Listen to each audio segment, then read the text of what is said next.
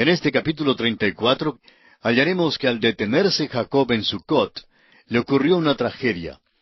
Acontece un escándalo en la familia de Jacob. Dina, la hija de Jacob y Lea, es deshonrada por Siquem, hijo de Hamor, el heveo. Simeón y Leví, hermanos de Dina, vengan este hecho, dando muerte a todos los habitantes de la ciudad de Hamor. Este hecho no se puede justificar y se constituye en una mancha sobre la familia de Jacob. Revela el hecho de que Jacob no salió de la casa de su tío en la tierra de Harán con suficiente anticipación. Hay que ver también que Dios tuvo razón al decir a Jacob que saliera de ese ambiente. Ahora hay dos cosas a las cuales Dios presta mucha atención en el libro de Génesis. Y vamos a detenernos por unos momentos para dirigir nuestra atención una vez más hacia estas dos cosas, las cuales ya hemos mencionado antes por separado, pero vamos a mencionarlas juntas una vez más. En primer lugar, Dios tiene interés en la herencia. A Dios le interesa que un creyente se case con un creyente. Manda a los creyentes que no se casen con los inconversos. Eso tiene importancia especial para la herencia. La segunda cosa es que Dios está interesado en el ambiente del individuo. Lo podemos ver aquí mismo en la vida de Jacob. Él tiene una familia grande de 12 hijos y también tiene hijas. La narración nombra a Dina porque tenemos esta historia triste acerca de ella. El ambiente desempeña un papel importante en este episodio. A propósito, ¿ha notado usted que en todas estas familias existe rivalidad y conflicto? Lo observamos en la familia de Abraham. Lo notamos también en la familia de Isaac, cuando tomó a Esaú como su hijo favorito y Rebeca a Jacob como su favorito. Esa fue la causa de muchísima dificultad en esa familia. Veremos ahora que existe muchísima dificultad en la familia de Jacob. Tiene una familia grande y mixta. En realidad, debemos llamar Israel a este hombre Jacob, porque ese es su nuevo nombre. Es un hombre cambiado y ha edificado un altar dando su testimonio al Dios vivo y verdadero. Hay un cambio en su vida y un desarrollo. Sin embargo, llegamos ahora a este capítulo triste y sórdido en Génesis. Debe haberle causado mucha angustia a Jacob en ese entonces. Y encontramos también una lección en todo esto para todos nosotros hoy en día. No espere usted que un cristiano llegue a madurar de la noche a la mañana. Es verdad que Dios le recibe en su familia como un hijo completo. Le es posible entender las verdades divinas y el Espíritu Santo llega a ser su maestro tan pronto como nace en la familia de Dios. Pero el desarrollo suyo y el mío, amigo oyente, es algo lento. El progreso es lento. Aprendemos verdades de la Biblia, pero luego nos damos cuenta que en nuestras vidas tropezamos aquí y caemos allá. Pasamos por experiencias similares a las de Simón Pedro, pero gracias a Dios, Simón Pedro tropezaba y caía, pero también se levantaba y se limpiaba y seguía de nuevo. Luego llegó el día cuando caminó muy cerca del Señor. Necesitamos, pues, reconocer que en nuestras vidas y en las vidas de otros el desarrollo es algo lento. No esperemos demasiado. No esperemos que el nuevo bebé en Cristo se porte como un creyente maduro. Vamos a aprender esto de la vida de Jacob. Hay varias historias terribles en el libro de Génesis y esta es una de ellas. Las historias terribles tocan a los hijos de Lea. Ella era la hija mayor de Labán que había sido dada a Jacob. Creemos que todo este apuro da evidencia de que Dios no aprobó la trampa, la artimaña, ni aprueba la pluralidad del matrimonio. Lea tuvo 4 hijos: Simeón, Leví, Rubén y Judá. A Simeón y Leví los vemos involucrados en la historia de este capítulo. Rubén es quien peca en el capítulo 35, y luego tenemos la vergüenza terrible de Judá. Parece que cada uno de los hijos de Lea resultó mal. Por lo menos es evidente que cada uno tenía algo de pecado indecoroso en su vida. Nos hemos fijado en la rivalidad que había en las familias de Abraham e Isaac, pero creemos que en esta familia ha entrado otro elemento. Hay algo desagradable y falso que se ha filtrado en la familia de Jacob. Las obras de la carne durante los años de la juventud de Jacob comienzan ahora a llevar el fruto de corrupción en los últimos años. El ambiente durante los años que pasó con el tío Labán no era nada bueno. Produjo las raíces de estos pecados terribles y ya era hora de salir de aquel ambiente. Sin embargo, Jacob se detiene en Siquem. Es probable que tuviera una propiedad buena en las afueras del pueblo. Trata de orientarse hacia la cultura del día. Veremos que no era un lugar bueno para él y que Dios tiene que apartarle de esa región. Después de leer este capítulo, también usted, estamos seguros, ha de llegar a la conclusión de que es mejor que Dios aparte a Jacob de todo esto. Y leamos los versículos 1 al 4 del capítulo 34 de Génesis. Salió Dina, la hija de Lea, la cual ésta había dado a luz a Jacob, a ver a las hijas del país. Y la vio Siquem, hijo de Hamor Heveo, príncipe de aquella tierra, y la tomó y se acostó con ella, y la deshonró. Pero su alma se apegó a Dina, la hija de Lea, y se enamoró de la joven, y habló al corazón de ella. Y habló Siquem a Hamor su padre, diciendo, Tómame por mujer a esta joven. Dina salió a visitar en el pueblo, y Siquem la violó. Este es el lenguaje de los diarios y los medios de noticias en nuestros días. Ahora, si ellos pueden decirlo y publicarlo por la radio y la televisión, ciertamente nosotros también podemos decirlo.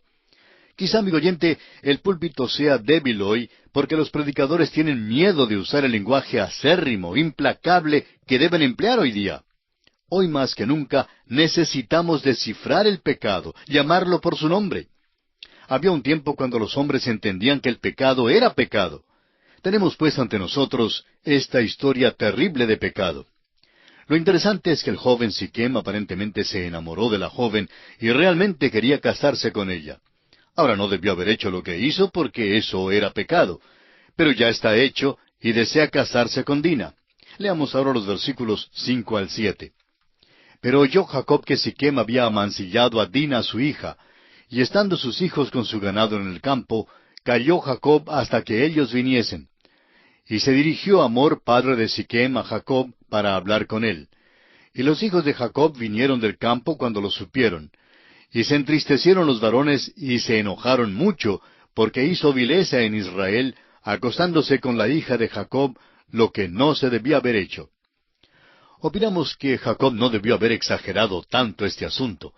Cuando Hamor, el padre de Siquem, vino a él, era muy obvio con qué motivo venía. Quería conseguir a la joven como esposa para su hijo. Jacob probablemente debió haber pensado bien sobre el caso. Estando la situación así, esta era la mejor resolución en esa hora. Pero en lugar de eso, Jacob llamó a sus hijos que se juntaran, y tuvieron un consejo de guerra, por decirlo así. Ciertamente lo que hicieron ellos no era la mejor resolución de ninguna manera, y Dios no lo aprobó. Leamos entonces los versículos 8 al 12 de Génesis capítulo 34.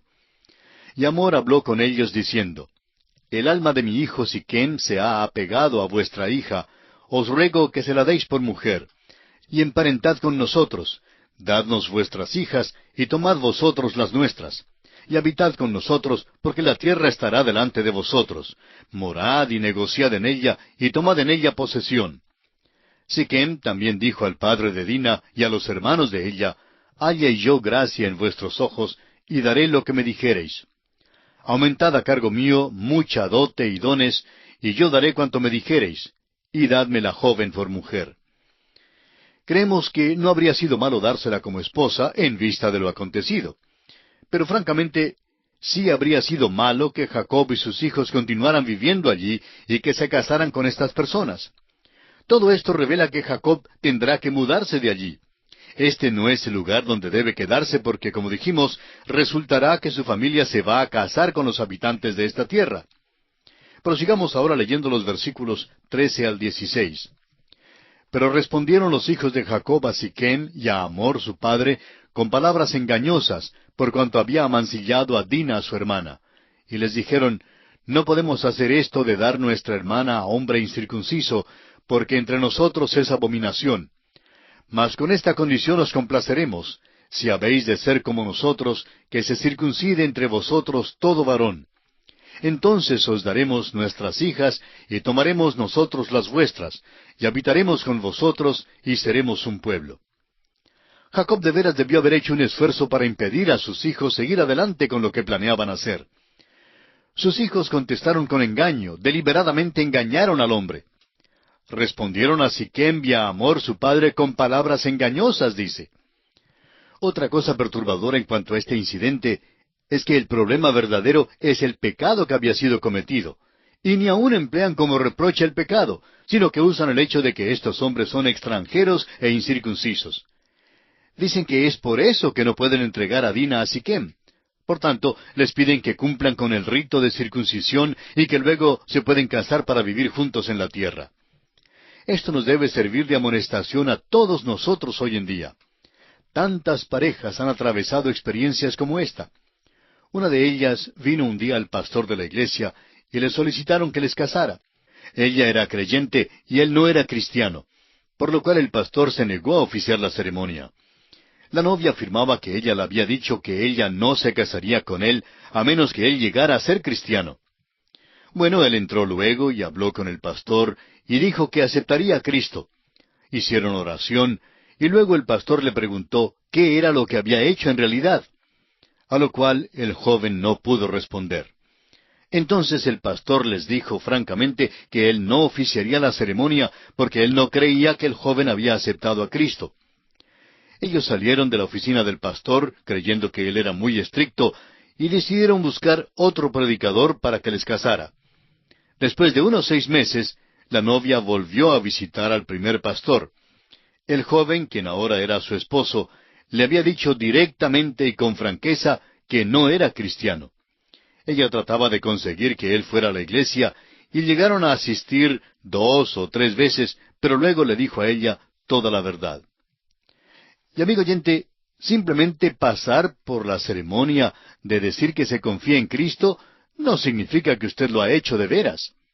Hacerse miembro de una iglesia no significa que se es cristiano. Muchas personas creen que simplemente deben hacer la señal afirmativa con la cabeza, y que eso es suficiente. Pero confiar en Cristo como Salvador es una experiencia grande, es una experiencia gloriosa, no hay nada con qué compararla. Cuando usted confía en Cristo como su Salvador personal, amigo oyente, algo nuevo nace en usted y se opera un cambio radical. Lamentablemente no fue esto lo que sucedió en el joven de nuestra historia. Simplemente pasó por la rutina para poder conseguir a la muchacha. ¿Sabe usted que Mark Twain tuvo la misma experiencia? Él no era cristiano. Se enamoró de una señorita muy bella que era creyente, y ella no quería casarse con él hasta cuando él llegara a ser cristiano. Pues bien, Mark Twain hizo la profesión de haber aceptado a Cristo como su Salvador, y principiaron así. Como quizá usted sabe, Mark Twain llegó a ser famoso, y le agasajaban todos los hombres famosos del mundo. Andaba en aquellos círculos de buen tono. Un buen día, al regresar a su casa en Missouri, en los Estados Unidos, ella quería asistir a la iglesia con él. Él entonces la llamó por el diminutivo cariñoso, como siempre la llamaba, y le dijo que no era posible guardar las apariencias por más tiempo. Y le dijo que asistiera ella sola a la iglesia porque él no era creyente. Y esto transformó este hogar en un hogar muy infeliz. Echó a perder la vida por completo a esta joven cristiana. Y eso es lo que dicen los hijos de Jacob aquí. Prometen a estos hombres que si cumplen con el rito de la circuncisión, todo saldría bien. Estaban tan equivocados como los hombres hoy en día, que piensan que por hacerse miembro de una iglesia, o moviendo afirmativamente la cabeza, o expresándose en un vocabulario espiritual, o aun citando algunos versículos de la Biblia, todo saldrá bien. Y que son estas cosas las que hacen que una persona sea verdaderamente cristiana. Leamos ahora los versículos 17 al 23 de este capítulo 34 de Génesis. Mas si no nos prestareis oído para circuncidaros, tomaremos nuestra hija y nos iremos. Y parecieron bien sus palabras a Hamor y a Siquem, hijo de Hamor. Y no tardó el joven en hacer aquello, porque la hija de Jacob le había agradado, y él era el más distinguido de toda la casa de su padre. Entonces Hamor y Siquem, su hijo, vinieron a la puerta de la ciudad, y hablaron a los varones de su ciudad, diciendo, Estos varones son pacíficos con nosotros, y habitarán en el país, y traficarán en él. Pues he aquí la tierra es bastante ancha para ellos. Nosotros tomaremos sus hijas por mujeres, y les daremos las nuestras. Mas con esta condición consentirán estos hombres en habitar con nosotros, para que seamos un pueblo, que se circuncide todo varón entre nosotros, así como ellos son circuncidados. Su ganado, sus bienes y todas sus bestias serán nuestros. Solamente convengamos con ellos y habitarán con nosotros. Ahora vemos que ellos no son completamente sinceros tampoco. Suponen que la familia de Jacob se quedará en esa tierra y que finalmente ellos podrán absorberlos, y por tanto toda la riqueza de Jacob pasará a manos de ellos. Tienen la intención de desposeer a Jacob y a sus hijos. Ahora, esto no justifica el hecho brutal de Simeón y Leví, pero revela la situación imposible de poder tratar con los habitantes de aquella tierra. Veamos ahora en los versículos 24 al 31 cómo los hijos de Jacob llevan a cabo su cruel venganza. Y obedecieron a Hamor y a Siquem su hijo, todos los que salían por la puerta de la ciudad, y circuncidaron a todo varón, a cuantos salían por la puerta de su ciudad. Pero sucedió que al tercer día, cuando sentían ellos el mayor dolor, dos de los hijos de Jacob, Simeón y Leví, hermanos de Dina, tomaron cada uno su espada, y vinieron contra la ciudad que estaba desprevenida, y mataron a todo varón. Y a Hamor y a Siquem su hijo los mataron a filo de espada, y tomaron a Dina de casa de Siquem, y se fueron. Y los hijos de Jacob vinieron a los muertos, y saquearon la ciudad por cuanto habían amancillado a su hermana. Tomaron sus ovejas y vacas y sus asnos, y lo que había en la ciudad y en el campo, y todos sus bienes. Llevaron cautivos a todos sus niños y sus mujeres, y robaron todo lo que había en casa. Entonces dijo Jacob a Simeón y a Leví: Me habéis turbado con hacerme abominable a los moradores de esta tierra, el cananeo y el fereceo, y teniendo yo pocos hombres, se juntarán contra mí, y me atacarán, y seré destruido yo y mi casa. Pero ellos respondieron: ¿Había él de tratar a nuestra hermana como a una ramera? Ahora esta fue una verdadera trampa, un verdadero engaño. Simeón y Leví eran hermanos de padre y madre de Dina, y querían vengarse. Es verdad que Hamor también había intentado emplear el engaño, pero eso no justifica esta acción. Es cosa terrible lo que hicieron estos dos hijos de Jacob. Mataron a Hamor y a Siquem, y luego note usted que los otros hijos de Jacob se juntan con ellos. Se puede ver que estos hijos no hicieron lo correcto. Algo anda mal en la casa de Jacob. Sus hijos se habían criado en el hogar de Labán y han aprendido lecciones sobre el engaño y la mentira. Fíjese usted en Jacob.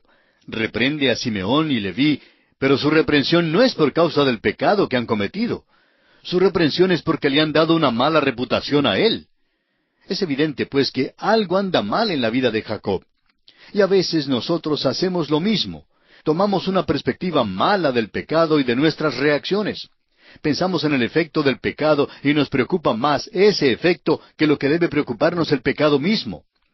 Hay muchas personas en nuestras iglesias hoy en día que no se declaran sobre ciertas gestiones.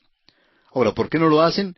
Pues porque el pequeño grupo de personas con quienes andan no les aceptarían. Tienen su pequeña asociación exclusivista y no se atreven a declararse sobre algo por temor al qué dirán.